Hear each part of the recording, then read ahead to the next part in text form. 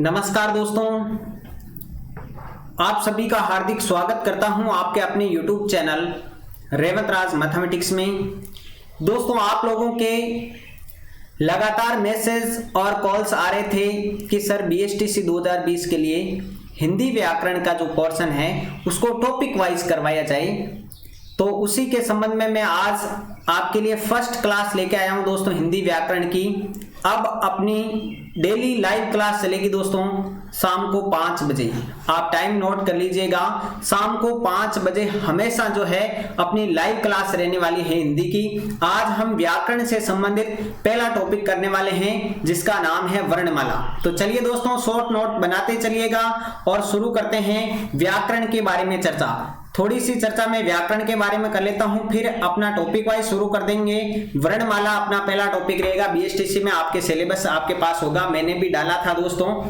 ध्यान रखना है, व्याकरण जो दोस्तों है वह V प्लस आ प्लस करण से मिलके बना है। ठीक है दोस्तों, जिसमें V आपका उपसर्ग है, ए आ उपसर्ग है और करण मूल शब्द है। जिसका अर्थ क्या होता है दोस्तों, इसका जो शाब्दिक अर्थ है मेरे प्यारे साथियों, शाब्दिक जो अर्थ होता है वो होता है भली भांति समझना। क्या होता है दोस्तों? भली भांति समझना। एक बार सभी लोग लाइक कर दीजिए, शेयर कर दीजिए। मेरे जितने मित्र मेरे साथ जुड़ चुके हैं इस सेशन को लाइक कर दीजिए, शेयर कर दीजिए अपने मित्रों के साथ। दोस्तों, व्याकरण जो शब्द है वह V प्लस आ प्लस करण से मिलके बना है, जिसका शाब्दिक अर्थ क्या होता है? भली भांति समझना। यदि मैं इस व्याकरण की परिभाषा देखूं तो व्याकरण वह पुस्तक है, ध्यान से समझना, व्याकरण वह पुस्तक है जो हमें भाषा के शुद्ध उच्चारण,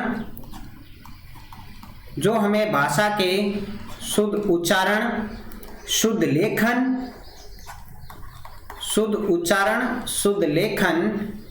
व शुद्ध प्रयोग, ध्यान से समझना दोस्तों, शुद्ध प्रयोग का ज्ञान प्रदान करती है।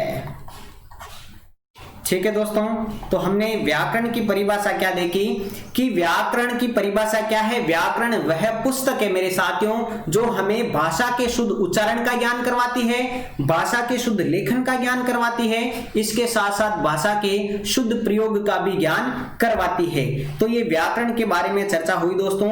यदि हम देखें दोस्तों, बात करें व्याकरण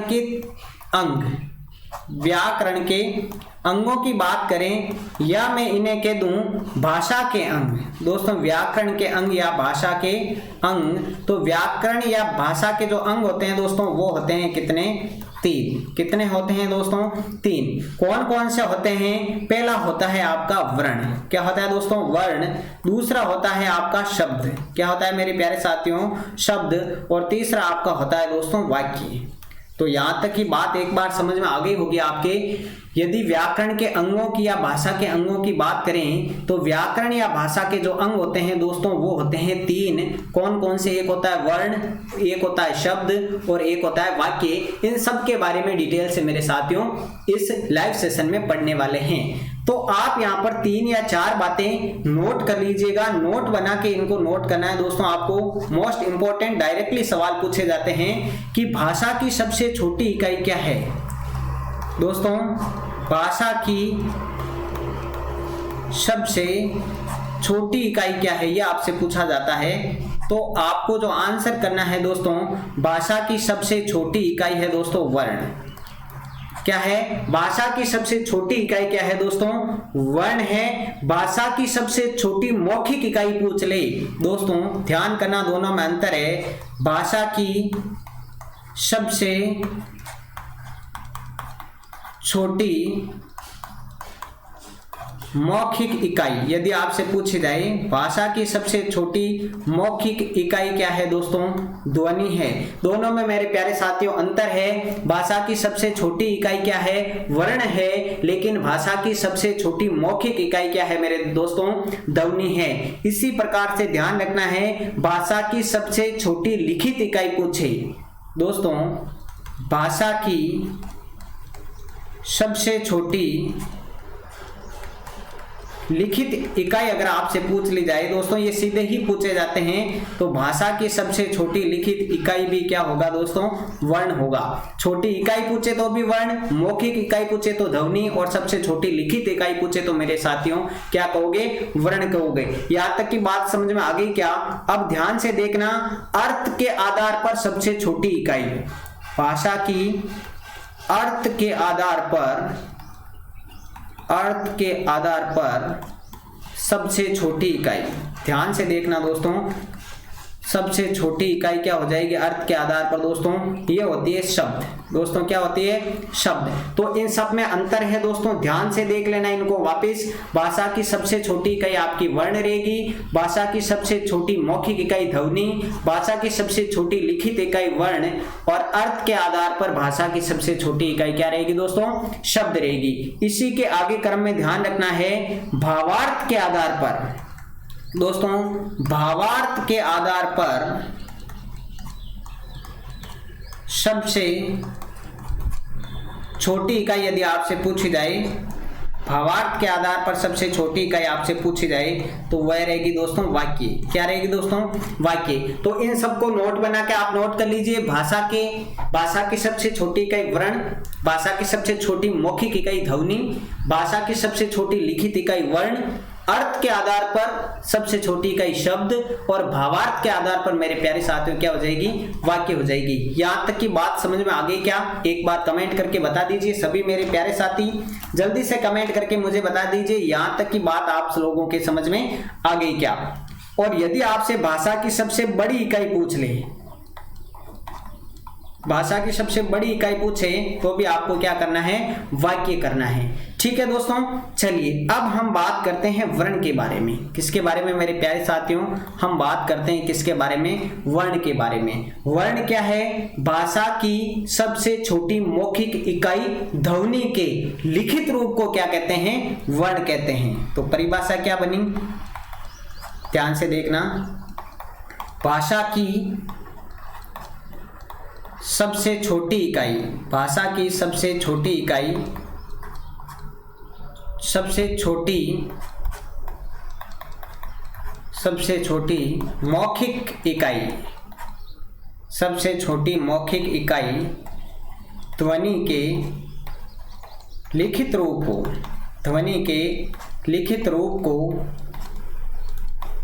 वर्ण कहते हैं। दोस्तों क्या कहते हैं? लिखित रूप को क्या कहते हैं? वर्ण कहते हैं। भाषा की जो सबसे छोटी लिखित इकाई है, छोटी मौखिक इकाई है ध्वनि, उसके लिखित रूप को क्या कहते हैं प्यारे साथियों? वर्ण कहते हैं। यहां तक की बात समझ में आ गई दोस्तों। वर्ण कितने प्रकार के होते हैं? तो वर्ण के भेद होते हैं दो दोस्तों। वर्ण के भेद कितने हैं? दो है। वह दो कौन कौन से हैं? एक तो है मेरे प्यारे साथियों है स्वर, और एक है आपका क्या? व्यंजन। तो दोस्तों एक तो क्या है? स्वर है, और दूसरा क्या है मेरे प्यारे दोस्तों? व्यंजन है। अब स्वर और व्यंजन के बारे में डिटेल से पढ़ने वाले हैं दोस्तों। यहां तक की बात आप नोट कर ली हो तो बताओ मैं आगे चलूं। ठीक है दोस्तों, स्वर और व्यंजन के बारे में सबसे पहले पढ़ेंगे। तो हम सबसे पहले चर्चा कर रहे हैं दोस्तों किसकी? स्वर की। किसकी चर्चा कर रहे हैं दोस्तों? स्वर के बारे में पढ़ रहे हैं मेरे प्यारे साथियों। वे वर्ण जो स्वतंत्र उच्चारित होते हैं, स्वर किसे कहते हैं? ध्यान से सुनिएगा। वे वर्ण जो स्वतंत्र उच्चारित होते हैं, अर्थात जिन्हें बोलने में किसी अन्य वर्ण की सहायता नहीं ली जाती है। तो क्या हो जाएगा? वे वर्ण जो स्वतंत्र उच्चारित होते हैं, स्वतंत्र उच्चारित होते हैं, अर्थात जिन्हें बोलने में अन्य वर्ण की, दोस्तों अन्य वर्ण की सहायता नहीं ली जाती है, अन्य वर्ण की सहायता नहीं ली जाती है, क्या कहलाते हैं? स्वर कहलाते हैं। दोस्तों वे वर्ण जो स्वतंत्र उच्चारित होते हैं, जिन्हें बोलने में अन्य वर्ण की सहायता नहीं ली जाती है, दोस्तों क्या कहलाते हैं? स्वर कहलाते हैं। दोस्तों इनकी जो संख्या है मेरे प्यारे साथियों, इनकी जो संख्या है वह होती है दोस्तों 11। हिंदी में इनकी संख्या दोस्तों कितनी होती है? 11 होती है। कौन कौन से होते हैं? ए, आ, ई, उ के बाद में आएगा आपका री, फिर आएगा ए, फिर आएगा आई, फिर आएगा ओ, फिर आएगा औ। तो ये देखिए कितने हो गए? 11। 1 2 3 4 5 6 7 8 9 10 11। कौन कौन से हैं? ए, आ, ई, उ, री, ए, आई, ओ, औ। ये आपके कितने हैं? 11 स्वर है। तो वे वर्ण जो स्वतंत्र उच्चारित होते हैं, जिन्हें बोलने में अन्य वर्ण की सहायता नहीं ली जाती है, इनकी संख्या 11 होती है। और कौन कौन से हैं मैंने आपको बता दिया है। अब दोस्तों स्वरों का वर्गीकरण करते हैं। स्वरों का क्या करते हैं दोस्तों? वर्गीकरण करते हैं। मैं पेन का कलर चेंज कर लेता हूं मेरे प्यारे साथियों। अब मैं कर रहा हूं स्वरों का वर्गीकरण, ठीक है। स्वरों का वर्गीकरण अलग अलग आधार पे करेंगे दोस्तों। पहला है मात्रा में लगने वाले समय के आधार पर, ठीक है। फर्स्ट टाइप ले रहा हूं मैं, मात्रा या उच्चारण में लगने वाले समय के आधार पर। मात्रा या उच्चारण में लगने वाले समय के आधार पर पहला होता है ह्रस्व या छोटा, या इसका दूसरा नाम कह सकते हैं लघु, या इसे कहते हैं मूल स्वर। दोस्तों क्या कह सकते हैं? मूल स्वर। ह्रस्व स्वर, छोटा या लघु या मूल स्वर। दोस्तों इनकी मात्रा जो है, इनकी मात्रा एक होती है। इनकी मात्रा क्या होती है? एक होती है, इसलिए इन्हें एक मात्रक भी कहा जाता है। ध्यान से समझना। बोलने में समय कम लगता है, बोलने में समय कम लगता है, बोलने में समय कम लगता है। और ध्यान रखना दोस्तों, संख्या में 4 होते हैं। आपसे पूछ ले ह्रस्व स्वर या छोटा या लघु या मूल स्वर कितने होते हैं प्यारे साथियों, तो कितने होते हैं? 4 होते हैं। कौन कौन से हैं? ए, ई, उ और री। कितने हो गए दोस्तों? 4 हो गए। कौन कौन से? ए, ई, ओ और री। ये होते हैं ह्रस्व स्वर या लघु स्वर। दोस्तों दूसरा प्रकार जो आता है वो आता है आपके दीर्घ स्वर। कौन कौन से आते हैं? दीर्घ स्वर। इन्हें कहते हैं द्विमात्रिक। मेरे प्यारे साथियों क्या कहा जाता है? द्विमात्रिक कहा जाता है, ठीक है। इनकी क्या विशेषताएं हैं? इनकी मात्रा 2 होती है। इनकी मात्रा कितनी होती है दोस्तों? इनकी मात्रा 2 होती है। इनकी मात्रा 2 होती है। बोलने में ह्रस्व स्वर से दुगुना समय लगता है। दुगुना समय लगता है। बात समझ में आ गई क्या? दुगुना समय लगता है। और ध्यान रखना है दोस्तों, इनकी संख्या कितनी होती है? 7 होती है दोस्तों। इनकी संख्या कितनी होती है मेरे प्यारे साथियों? दीर्घ या द्विमात्रिक की 7 होती है। कौन कौन सी होती है? ये होते हैं आपके आ, ई, उ, ए, फिर आता है आपका आई, फिर आता है आपका ओ, फिर आता है आपका औ, ठीक है। चलिए, तो ये आपके समझ में आ चुका है। इनकी मात्रा कितनी होती है दोस्तों? 2 होती है। और दुगुना समय लगता है ह्रस्व स्वर से बोलने में। और आ, ई, उ, ए, आई, ओ, औ ये संख्या में कितने होते हैं दोस्तों? 7 होते हैं। दोस्तों यहाँ पर एक बात नोट लगा के लिखना, जो ए है, आई है, ओ है और औ है, इनको दोस्तों कहा जाता है संयुक्त स्वर। क्या कहते हैं दोस्तों, संयुक्त स्वर कहा जाता है मेरे प्यारे साथियों। ए आई ओ औ को क्या कहा जाता है, संयुक्त स्वर भी कहा जाता है। ये बात आपको याद रखनी है दोस्तों। बात समझ में आ गई क्या, यहां तक की बात समझ में आ गई है तो बताओ। फिर हम तीसरा प्रकार पढ़ते हैं दोस्तों। पहला हमने पढ़ा कौन सा, ह्रस्व स्वर या छोटा स्वर या लघु स्वर या मूल स्वर। दूसरा हमने क्या पढ़ा, दीर्घ स्वर या द्विमात्रिक। और तीसरा है दोस्तों प्लुत स्वर। कौन सा है, प्लुत स्वर है मेरे प्यारे साथियों। कौन सा है, प्लुत स्वर। ठीक है, इसमें क्या होता है, यदि किसी स्वर को, ध्यान से देखना दोस्तों, यदि किसी स्वर को लंबे समय तक लगातार उच्चारित किया जाए, लगातार बोला जाए, उच्चारित किया जाए, तो वह प्लुत रूप धारण कर लेता है। प्लुत रूप धारण कर लेता है। जैसे दोस्तों हम आवाज देते हैं भैया, तो ये हो गया दोस्तों, क्या आ जाएगा, भैया। ये आपके इस प्रकार से जो है लंबा बोलने पर वह प्लुत रूप धारण कर लेता है दोस्तों। ये संख्या में 8 होते हैं दोस्तों। संख्या कितनी होती है, 8 होती है। कौन कौन सी होती है वो भी देख लीजिएगा। ए आ ई, सॉरी ई ये वाला है, फिर आएगा आपका ऊ, फिर आएगा आपका ए, फिर आएगा आपके आई, फिर आएगा आपका ओ, और फिर आएगा दोस्तों औ। यहाँ तक की बात समझ में आ गई क्या? एक बार सभी लोग, मेरे सभी साथी जो है कमेंट करके बताएंगे मुझे यहाँ तक की बात आपके समझ में आ गई है क्या? दोस्तों गर्मी बहुत ज्यादा है दोस्तों, एक बार कमेंट करके बताओ यहाँ तक की बात आपके समझ में आ चुकी है क्या? ठीक है, ये स्वरों की जो है पूरी की पूरी कहानी खत्म होती है दोस्तों यहाँ पर। ठीक है, पहला कौन सा था, ह्रस्व स्वर, छोटा स्वर, संख्या में 4 है। कौन कौन से ये ध्यान रखिएगा, पूछ लिया जाता है। फिर द्विमात्रिक दीर्घ स्वर 7 होते हैं। कौन कौन से, ध्यान रखिएगा। फिर आपका तीसरा था कौन सा, प्लुत स्वर दोस्तों, और संख्या में कितने होते हैं, 8 होते हैं। कौन कौन से हैं ध्यान रखिएगा। अब दोस्तों आता है आपके व्यंजन।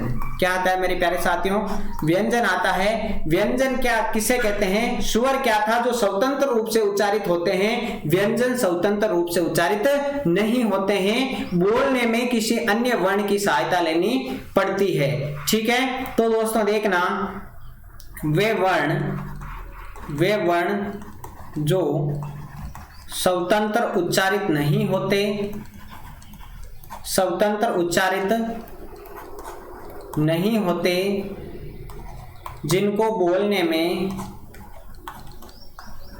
अन्य वर्ण की सहायता ली जाती है।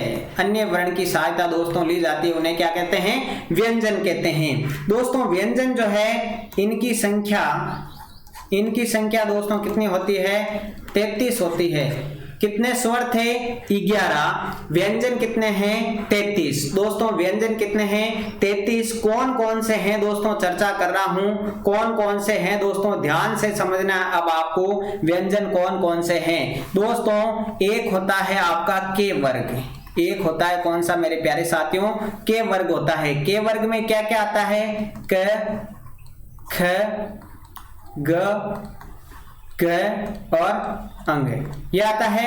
फिर आपका आता है दोस्तों च वर्ग। कौन सा आता है दोस्तों, च वर्ग आता है। च वर्ग में क्या आएगा, च, छ, ज, च और अंग, ये आएगा। ठीक है, फिर आपका आता है मेरे प्यारे साथियों कौन सा, टे वर्ग आता है। टे वर्ग में ट, ठ, ड, ढ और ण आएगा। ठीक है, उसके बाद में आता है ते वर्ग दोस्तों। ते वर्ग में क्या क्या आएगा, त, थ, द, ध और न आएगा। ठीक है दोस्तों, फिर आएगा आपका कौन सा, पे वर्ग आएगा। पे वर्ग में कौन कौन से आएंगे दोस्तों, प, फ, ब, भ और में आएंगे। ठीक है, उसके बाद आता है दोस्तों य, र, फिर आता है आपका ल और लास्ट में आता है वे। उसके बाद में आता है दोस्तों स, से, और कौन सा आ जाता है दोस्तों, कौन सा आ जाता है आ जाता है। तो इस प्रकार से ये दोस्तों कितने हुए 33 हो गए दोस्तों, कितने हुए 33। इसको मैं वापस लिख रहा हूं, कितने हो गए दोस्तों 33 हो गए। अब दोस्तों यहाँ पर समझना, इनका भी थोड़ा सा क्लासिफिकेशन समझ लेते हैं। जो यहाँ पर देख रहे हैं आप के वर्ग से लेकर पे वर्ग तक, के वर्ग से लेकर पे वर्ग तक जो देख रहे हैं दोस्तों, इनको स्पर्शी व्यंजन कहते हैं।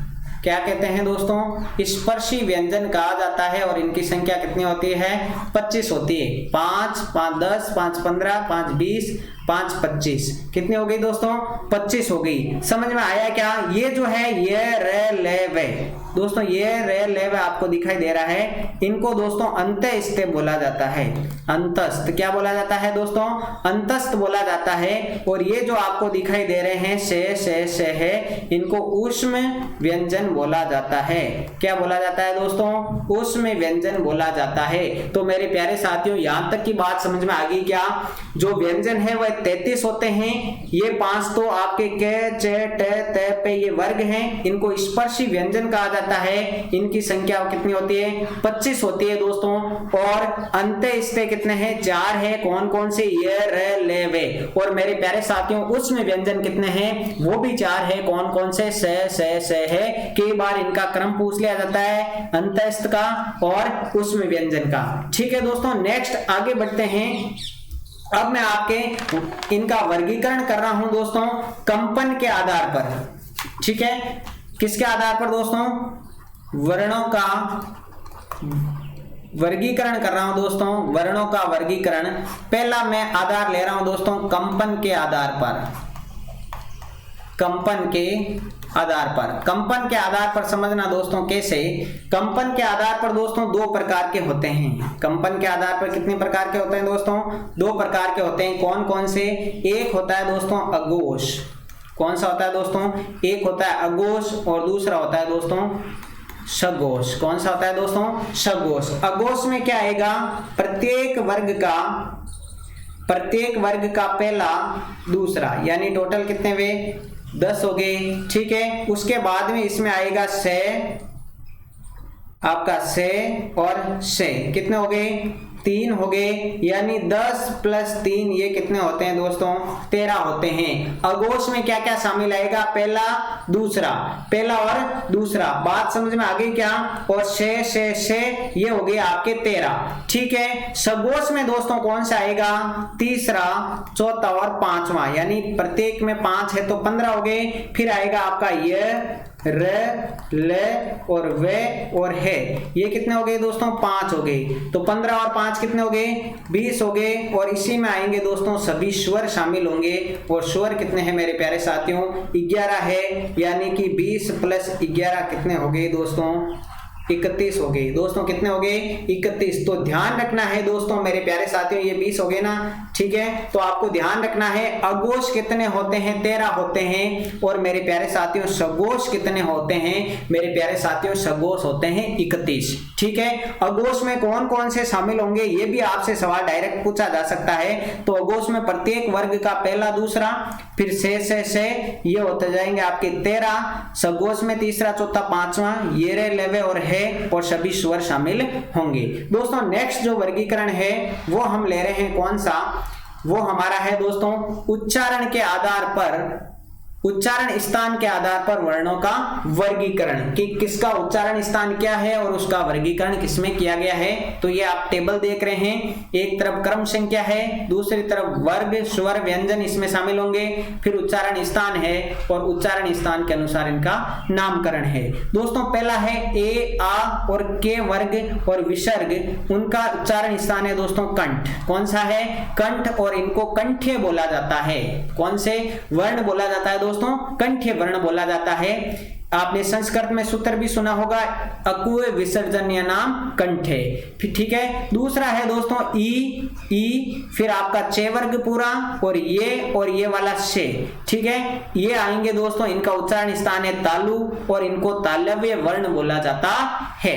तीसरा है दोस्तों री, बड़ा री, फिर टे वर्ग और रे और ये वाला से, इनको मूर्धा उनका उच्चारण स्थान होता है और इनको मूर्धन्य वर्ण बोला जाता है। चौथा है दोस्तों ली, ते वर्ग ले और शे, इनका उच्चारण स्थान होता है दोस्तों दंत, इनको दंते वर्ण भी कहा जाता है। मैं इसको इधर कर देता हूं थोड़ा, इनको दंते वर्ण भी कहा जाता है।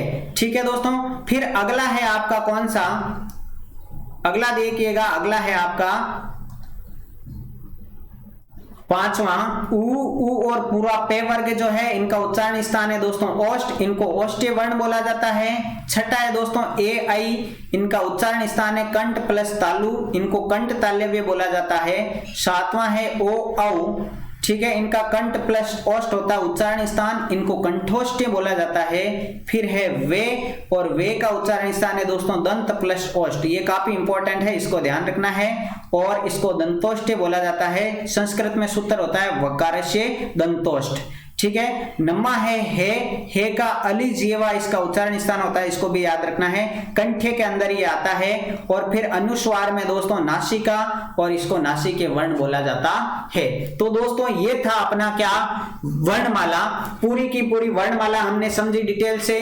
दोस्तों आपको लाइव सेशन कैसा लगा आप जरूर बताएं, कमेंट करें। दोस्तों हर रोज 5 बजे अपने हिंदी की क्लास होने वाली है। तो दोस्तों कल मिलते हैं अपने नेक्स्ट टॉपिक के साथ में, तब तक के लिए जय हिंद।